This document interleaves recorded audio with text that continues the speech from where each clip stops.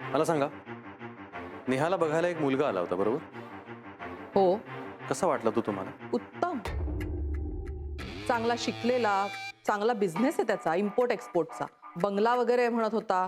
सतत परदेशी जावं लागतं त्याला कामानिमित्ताने असंही सांगत होता तो. वा, आपल्या मुलीशी अशाच मुलांनी लग्न करावं असंच वाटलं असेल ना तुम्हाला? प्रश्नच नाही. कोणत्याही आईवडिलांना असंच वाटेल. मग त्यासाठी सगळे आई वडील काय करतात? काय करतात म्हणजे स्थळं शोधतात. कशी? कशी? हा काय प्रश्न आहे? कशी म्हणजे काय? आधी ओळखीत काही स्थळं आहेत का बघतात, नाहीतर वधूवर सूचक मंडळात नाव नोंदवतात, त्या मुलाची माहिती काढतात. तुम्ही काढली होती का माहिती? अ, नेहाला जो मुलगा बघायला आला त्याची तुम्ही चौकशी केली होती का? हो, म्हणजे त्यांनी त्याची माहिती सविस्तर सांगितली होती. बरं, तो एकटा आला होता का त्याच्यासोबत काही माणसं होती? नाही, आई वडील नाही आहेत म्हणाला, पूर्वीच वारलेत असं काहीतरी म्हणत होता. अगदी सोयीचं उत्तर. म्हणजे काही नाही. त्याची आणखी काही चौकशी केली होती का तुम्ही? अ, हो, म्हणजे पुढे आता करणारच होतो. कधी? लग्न ठरल्यावर? असं कसं करू आम्ही? बरं, मला सांगा, तो तुमच्याकडे कसा आला होता? ओळखीतून का कुठल्या मंडळातून? त्यांनी आपणहून कॉन्टॅक्ट केला. मी स्वतः बोलले ना त्याच्याशी फोनवर. वेळ आहे म्हणाला आणि भेटायला आला.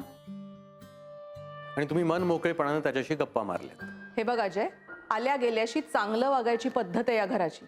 अरे वा, म्हणजे तुम्ही कुरिअरवाला, पिझ्झावाला, डिलिव्हरीवाला ह्यांना पण घरात बसून त्यांच्याशी गप्पा मारता? काहीतरी काय विचारतोयस तू? का नाही? का नाही म्हणजे काय? अरे किती वाईट दिवस आलेत आजकाल. कोणावरही भरोसा ठेवता येत नाही हल्ली. ओळख नसलेल्या लोकांना का घरात घेऊ आम्ही? आणि नेहाला जो मुलगा बघायला येतो त्याची काही ओळख न काढता, त्याची चौकशी न करता तुम्ही त्याला घरात घेता?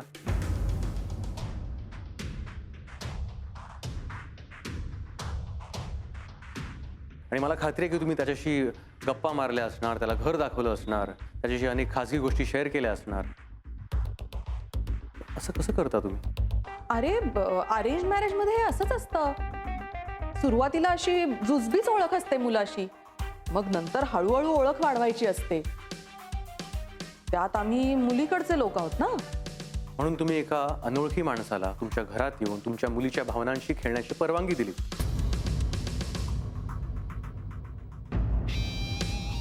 Ajay, for your kind information, हे आमचं घर आहे, तुझं पोलीस स्टेशन नाही. त्यामुळे कोणत्याही प्रकारची उलट तपासणी किंवा चौकशी करायचे कोणतेही अधिकार तुला दिलेले नाहीये.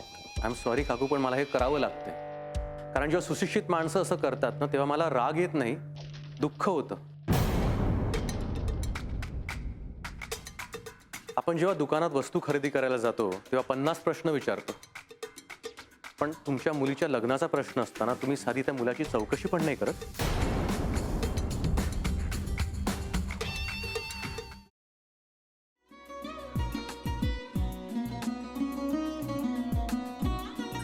लावू का?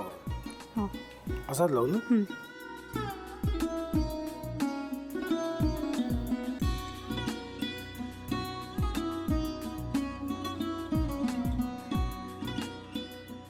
आता काय करायचंय? आता आपण ड्राय स्टफिंग दुसरं काय करणार आपण त्यात? आपण ह्याच्यात मेयोनीज न टाकता बाकीचे सगळे साहित्य टाकायचे. अच्छा, हे सगळं. ऋतू, माझा तर विश्वासच बसत नाहीये. म्हणजे अगं बहिणी आमचं लग्न व्हावं म्हणून किती प्रयत्न करत होते, आणि ते सगळं करताना की शिवच्या आम्हाला माहिती पुरवते. नाही, मला नाही वाटत. गौरी, खूप चांगली आहेस गं, म्हणून तुला सगळं जगच चांगलं दिसतं. पण शिव उगाच बोलला असेल का? त्याच्यावर विश्वास नाहीये का तुझा? शिववर पूर्ण विश्वास आहे मी माझा. पण तो आता हे जे काही करतोय ना, म्हणजे निशा बहिणी समोर त्या राधिका सोबत फिरण्याचं नाटक वगैरे, ते त्याचा काही उपयोग होणार नाहीये. अगं असं कसं म्हणतो? अगं निलिमा, जतीन भाईंचा कॉल आहे. हो माहितीये. रिसीव कर ना. अगं बघ, कट झाला. आता तू रिसीव केला नाहीस म्हणून ते मला करतील. अबा पुन्हा आला बघ, घे बघू. हे एक ना एक दिवस घडणारच होतं.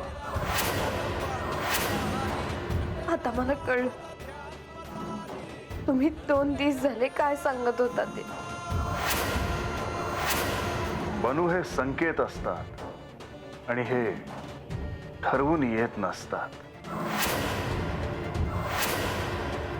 मी बाहेर तुमची वाट बघते.